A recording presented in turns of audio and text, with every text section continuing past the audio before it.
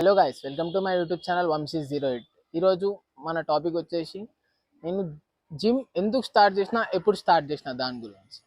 నేను gym start చేసి almost 3.5 years అవుతుంది. నేను జిమ్కి స్టార్టింగ్లో వెళ్దాం అనుకోలే. అసలు నార్మల్ మా ఫ్రెండ్ వెళ్తా అంటే వెళ్ళిన చూసిన. అప్పటికి నాకు అసలు జిమ్ వెళ్ళాలని థాట్ లేదు, ఏం లేదు. సో నార్మల్గా ఇంటర్ అయిపోయింది, ఖాళీకి కూర్చున్నప్పుడు మా ఫ్రెండ్స్ అందరు ఎక్కిస్తుండే నన్ను. ఏంది ఇంత బక్కగా ఉన్నావు, ఇంత బక్కగా ఉన్నావు. మా తమ్ముడు నాకన్నా లావు ఉంటాడు, మాకన్నా హెల్దీ ఉంటాడు. వాడు నన్ను చూసి పక్కన నువ్వు తమ్ముడు అని నన్ను ఎక్కించేటోళ్ళు. ఇట్లనే మా ఫ్రెండ్ ఒకరోజు నార్మల్గా జిమ్ వరకు వేసేద్దాం, జిమ్లో జాయిన్ అవుతా అంటే సరే పదా అని నేను కూడా వెళ్ళినాం. అప్పుడు నార్మల్గా చూసినా, మంచిగా అనిపించింది. మనం ఎందుకు చేయొద్దు జిమ్ అని అప్పుడు థాట్ వచ్చింది. సరే వెళ్దామని చెప్పి నెక్స్ట్ డే నుంచి ఫీజు కట్టినా, జిమ్ జాయిన్ అయినా. జిమ్ జాయిన్ అయ్యి ఒక 2-3 days అయితే ఫుల్ టార్చర్ అనిపించింది. సైడ్స్, బాడీ పెయిన్స్ అన్నీ.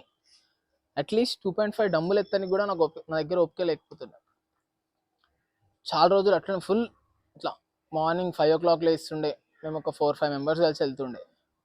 ఫుల్ టార్చర్ అనిపిస్తుండే నాకు పొద్దున లేవ్వాలంటే ఆ బాడీ పెయిన్స్కి. ఇక ఏదైతే అది అయ్యింది అని జిమ్ వెళ్ళినా కొంచెం ఒక 2 months 3 months అప్పుడు జర్రా బాడీలో చేంజెస్ అనిపిస్తుంటే అందరు అంటుండే, అబ్బాయి ఆ బాడీ మంచిగా అయింది, కొంచెం అప్పటికి ఇప్పటికి కొంచెం పెరిగిను అట్లా అంటుంటే మంచిగా మోటివేషన్ లెక్క అనిపించింది. మనం అనుకుంటాం ఇప్పుడు మనకు తెలిస్తే చాలు అని. అంత సీన్ లేదు. వేరేవాడు ఎవడైనా మనకు చెప్తేనే మనకు తెలుస్తుంది, అరే మన బాడీ మంచిగా అవుతుంది అని. అప్పుడు ఒక చిన్న థాట్, చేద్దాం, జిమ్ మంచిగా ఉంది, జిమ్ ఏం క్రైమ్ కాదు జిమ్ చేస్తే, నార్మల్. దాని తర్వాత ఇక మెల్లగా జాయిన్ అయినాం, చేసినాం. ఒక 4-5 months ఇక మెల్లగా బాడీ పికప్ అయింది.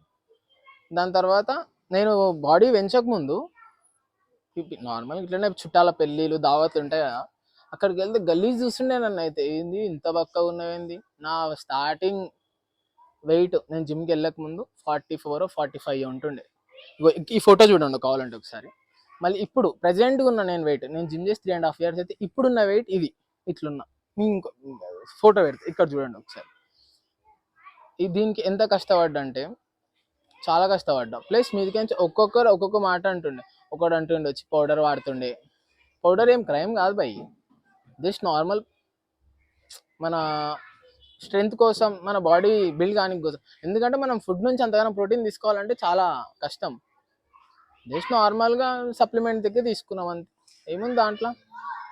అట్లా మెల్లమెల్ల జిమ్ స్టార్ట్ చేసి ఇప్పుడు ఈ స్టేజ్లో ఉన్నాం. మీరు కూడా జిమ్కి వెళ్ళండి, ఏం కాదు. వాడు పౌడర్ అది ఏం పట్టించుకోవద్దు అసలు. ఎందుకంటే మనం తాగితే మనకు పెరుగుతుంది, వాడేడో అంటే మనం తగ్గిపోము. ఇవ్వడని అనుకుని పోయి మనకు అసలు అనవసరం అదంతా. మనం ఏం చేయాలి, మనం జిమ్ పోవాలి. నీ గోల్ ఏంది, నువ్వు బాడీ వెయిట్ లాస్ కావాలా, వెయిట్ గెయిన్ కావాలా, అది చూసుకోవాలి మనం. ఒకప్పుడు నేను వెయిట్ గెయిన్ కావాలని చూసుకున్నా. వెయిట్ గెయిన్ కావాలని తిన్నా, తాగినా, ప్రోటీన్స్ అవన్నీ గెయినర్స్ తాగినా.